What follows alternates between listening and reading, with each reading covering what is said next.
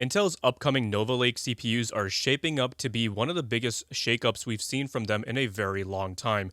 We're talking about much higher core counts, brand new Coyote Cove P cores, Arctic Wolf E cores, a new LGA 1954 platform, and now more chatter around the bLLC cache, which looks like Intel's attempt at making a swing directly at what AMD's X3D chips have been so dominant in and what makes them so great for gaming. And that's what also makes all of this so interesting because this doesn't look like one of those situations where, Intel is just tossing on a couple of 100 megahertz or, tweaking some inner clocks and calling it a day. This actually looks like a far more aggressive architectural push than we've seen in them from quite a while. And at the same time, AMD Zen 6 is also starting to pop up in that rumor mill with higher core counts, higher clocks, and some other interesting cache talks of its own. So there's a lot to unpack here, so let's get into it. Hey, what is going on, guys? Danny here. Welcome back to the channel, and I hope you're all doing well. We've got a pretty exciting one to talk about here because over the last day or so, there's been a bunch of new information coming up surrounding Nova Lake. And for those of you who have been in the CPU market or, care about that CPU space and you follow it closely, you already know why this matters. And, I, for one, am glad to see it because lately it just seems like in the hardware space, things have felt super dead. There's really just nothing to get excited about these days. So yeah, I mean, this is great. Something actually exciting to look forward to. And before we dive in, I just want to say nearly 88% of you guys who are returning viewers are actually not subscribed. So hey, hit that subscribe button and hit that bell notification so you guys are notified of future content. Intel has basically admitted that there are holes in their desktop lineup right now, and Nova Lake is supposed to be the real answer later this year, and it's not supposed to be this stopgap refresh. So when you start seeing leaks around, more cores, more cache, a new architecture, and potentially better platform support, then yeah, naturally people are going to get excited because this is one of those few CPU launchers that actually feels like it can move that needle in a meaningful way. And don't get me wrong, Arrow Lake wasn't terrible. I don't want to feel like I'm crapping all over it. It certainly had its strengths, but it just was not quite that leap people were looking for and was plagued with horrible latency problems out of the box, which to Intel's credit, they did actually address recently with the latest Arrow Lake refresh processors like the 250K Plus and the 270K Plus. If you saw many of the mainstream reviewers who, benchmark out of the box with just XMP configurations, these new CPUs were putting up a pretty good fight against the competition, and even Intel's own best best gaming CPU, the 14900K. Again, out of the box, keep that in mind. And while the wins were still more in favor of AMD's X3D and those benchmarks, the 270K and 250K plus, those CPUs, they showed that they're probably the best value, best all-rounder CPUs you can get. And for a lot of people, they actually make sense because not everyone is going for top tier gaming performance, and not everyone needs like 16 plus like P cores for like extravagant multi-core performance, right? They're a good all-rounder that seems to really fit that criteria for everyone for all sorts of aspects. But if you're someone who was already on a recent generation platform, right, or series like the 12th gen Alder Lake CPUs, 14th gen Raptor Lake from Intel, or even like AMD's 5000, so AM4 Zen 3, like if we go back like 5 years ago, there's a lot of people on those processors and they're like, you know what, the CPU market, there really hasn't been anything too big for me to upgrade. Yeah, the 9800 X3D is a amazing gaming CPU, but other than that, I don't feel any big incentive to upgrade. But hey, Nova Lake is now actually starting to look like something really substantial here, right? Something to really push people to actually upgrade and jump ship to another platform. So Video Cards had actually posted an article recently citing JKIN, and the big detail here is that one of the big dual compute tiles that Nova Lakes is going to be sporting has actually been bumped up from 42 cores to 44 cores. So right away, this tells you that things actually are still evolving behind the scenes, right? And Intel clearly is actually not messing around with the top end stack. But what also makes this even more interesting is that Intel has already effectively confirmed that, yeah, Nova Lake is certainly a real product that will be arriving later in 2026, while their own ISA documentation has already pointed towards Coyote Cove and Arctic Wolf as the new core families that'll be utilized as a collective package. So even though the exact SKU stack is still kind of in rumor territory, I mean these things they do of course leak out pretty early, and for the most part they turn out true. The broader picture here that you should be focusing on is that hey, it's a very much a real thing, and this isn't some random fantasy leak about a product that may never exist. This is certainly Intel's real next gen desktop platform lineup, going all the way to 52 cores. But before you guys get all excited and you're like, yeah, that's freaking awesome. I'm definitely gonna get that 52 core flagship CPU and run Cinebench all day. Let's pump the brakes a bit because for the vast majority of people out there and gamers who watch my channel, the core audience that is, right, you're not going to need that. From what I've been hearing what Intel's approach is, they're bringing back the HEDT segment and lineup of CPUs. Because we're also hearing about two Z series platforms. So there's Z990 and then there's going to be a Z970, I believe, for that's going to be targeted more towards gamers and enthusiasts. But we'll see how that turns out, because if you think about it, yeah, we're getting double the cores from the previous generation. Raptor Lake topped out at 24 cores and Arrow Lake topped out at 24 cores as well. However, within the stack there's still going to be an 8 P core variant with 32 or 24 E cores, and these E cores, they're really powerful, right? Like a lot of people traditionally have always undermined E-cores, called them meme cores, and said they were useless. But with Arrow Lake, Intel proved that no, E-cores can certainly be very useful towards gaming or multi-core processing workloads, right? And then when it comes to these E-cores, like this is another step up. So these are going to be really, really powerful and fast E-cores that will handle gaming just fine. So the most sensible choice for gamers will be the Core Ultra 5 and 7 SKUs when it comes to pricing and things of that nature, right? The Core Ultra 9s, like I said, it's going to be more reserved for that HEDT segment now, and will probably be costing north of like $700-800, maybe approaching a grand. We'll see, considering what AMD just did with the 9950X3D2. Now, you might be thinking, well, what about the cache? It has double the bLLC cache, 144 megabytes versus 288. And we'll talk more about this later. And while having a lot of cache is a good thing, especially for a gaming CPU, you do reach a certain point of like diminishing returns. Hence, you saw why AMD was just so hesitant on releasing a dual 3D V cache CPU. They were just so reluctant on releasing this 9950X3D2, even though it was in the rumor mill for the longest time, because for gaming performance, the advantage is not as large as you guys might expect. It's not a linear increase with the amount of cache that the CPU has available, that large pool of cache. But we'll see how things turn out with the benchmarks. I think some people are going to be a little bit disappointed, but it just goes to show you that you can't just keep stacking on a whole bunch of cache. At some point, you do have to innovate in other ways. But yes, large pools of cache is a big tactic Intel is going to be, utilizing for this next generation, because for years now, one of Intel's biggest problems in gaming has been that they haven't had a proper answer to AMD's X3D strategy. And speaking to bLLC, which stands for Big Last Level Cache, this is going to be Intel's response to the 3D cache system that AMD's been utilizing for like the last like half decade now. It's not going to be implemented in the exact same way though, where AMD was stacking a 3D cache SRAM on the top of the CCD, or with Zen 5, where they recently made the change to stack it beneath. Hence the name, 3D. But from what the rumors are stating, the cache will be on a compute title or integrated within it, not a separate RAM or SRAM like AMD does. But the bLLC versions are rumored to use a much larger compute tile than the standard one. I think roughly they said 150 millimeters square versus 98 to 110 millimeters square. So, it's going to be a pretty big package with that cache. I mean, it has to. It's just physically impossible to fit it, even with these newer modern process nodes.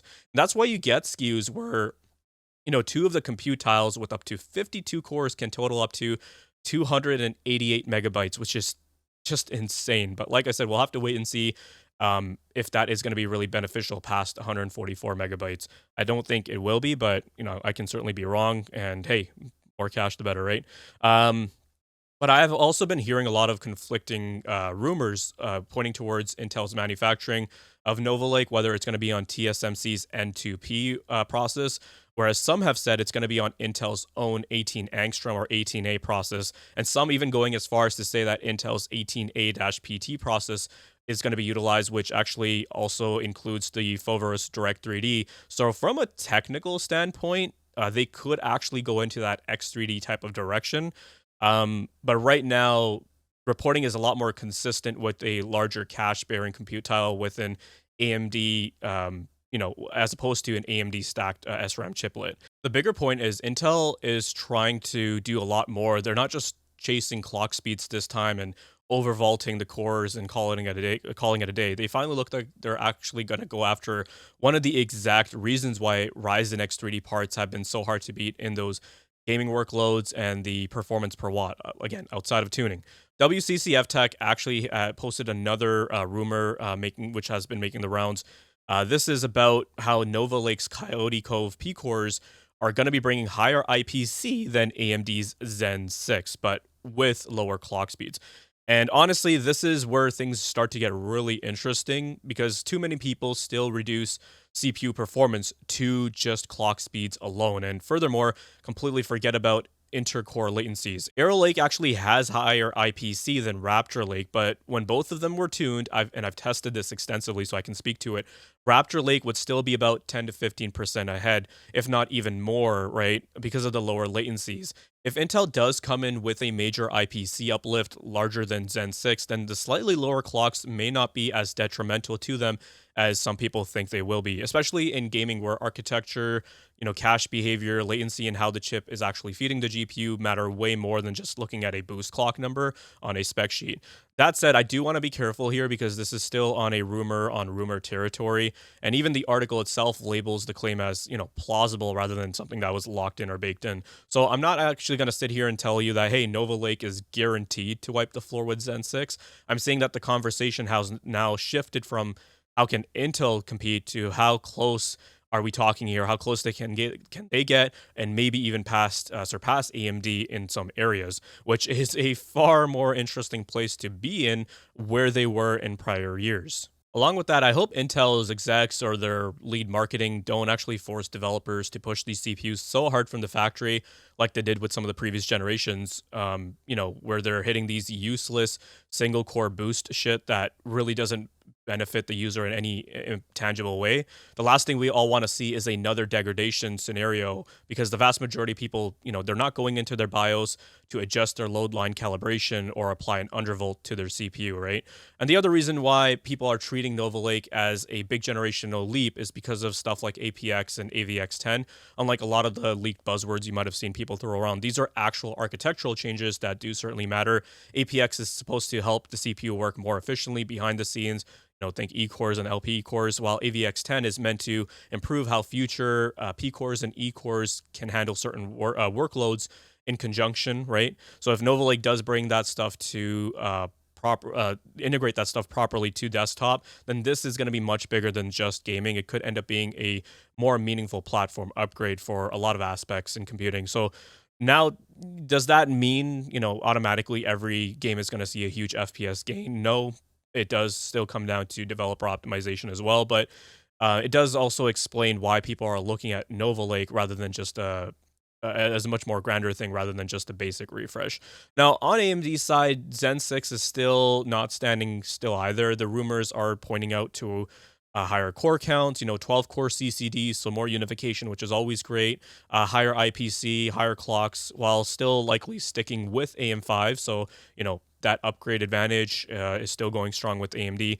I think the biggest thing right now with AMD that's holding them back is finding a way to really up those fabric speeds and building a package with a strong IO die and a stronger memory controller. Right now, AMD is nowhere close when it comes to Intel, when it comes to, handling higher DDR5 speeds. I mean, there will be people saying I'm running, 8,000 plus on my 9950X, but omitting the fact that you're running in Gear 4, which omits a lot of the actual benefits of the higher bandwidth kits and configurations.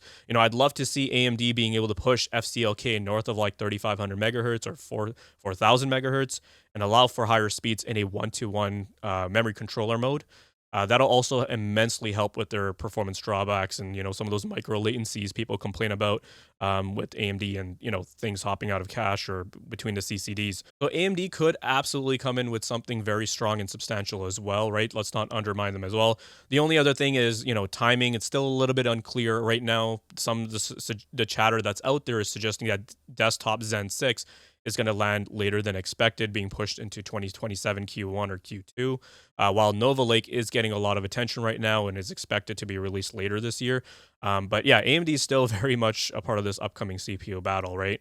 But I think, whoever comes out of the gate first will certainly have an advantage there. Another reason why I think a lot of people are intrigued by Nova Lake and what Intel is, cooking over here is with the next generation platform not feeling so disposable or end of life after 1 or 2 generations. Many tech outlets have already outlined the 900 series chipset stack, the Z990, the Z970, the Q970, a lot of those platforms based on the LGA 1954 socket. And Robert Halleck actually did an interview with a site called Club 386 and stated that he does also see a future where Intel supports more generations than just 2 on one socket. But to be clear, this isn't a full-on confirmation that they're going to be pulling an AM4, but it certainly gives you something to be optimistic about. And platform longevity, I feel like a lot of people do put more weight into it than they should because most consumers, they're not really upgrading so often. But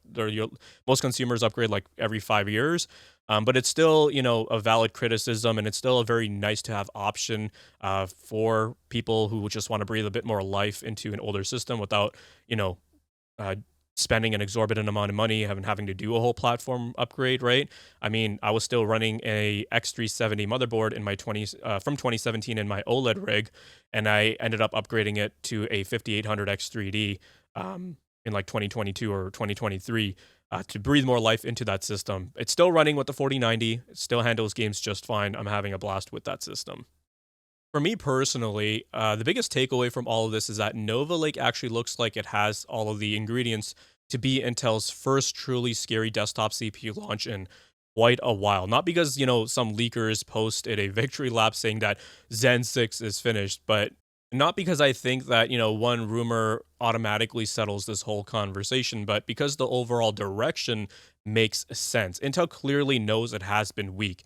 Gaming cache, platform perception, efficiency, the stability of it, competitiveness, all of that, and Nova Lake looks like a deliberate attempt to really address all of those weak spots all at once. Meanwhile, AMD Zen 6 rumors are also shaping up to be pretty serious with, more cache and cores on their end, and likely a pretty large frequency bump for AM5. So instead of the usual, this company is done, and, we're just looking at a monopoly type of narrative, I am seeing that a very good possibility that we might finally get a genuine CPU battle once again. And, I'm all here for it. I think it's something that the market desperately needs to keep both of the companies in check and, to give consumers the best prices and the best deals.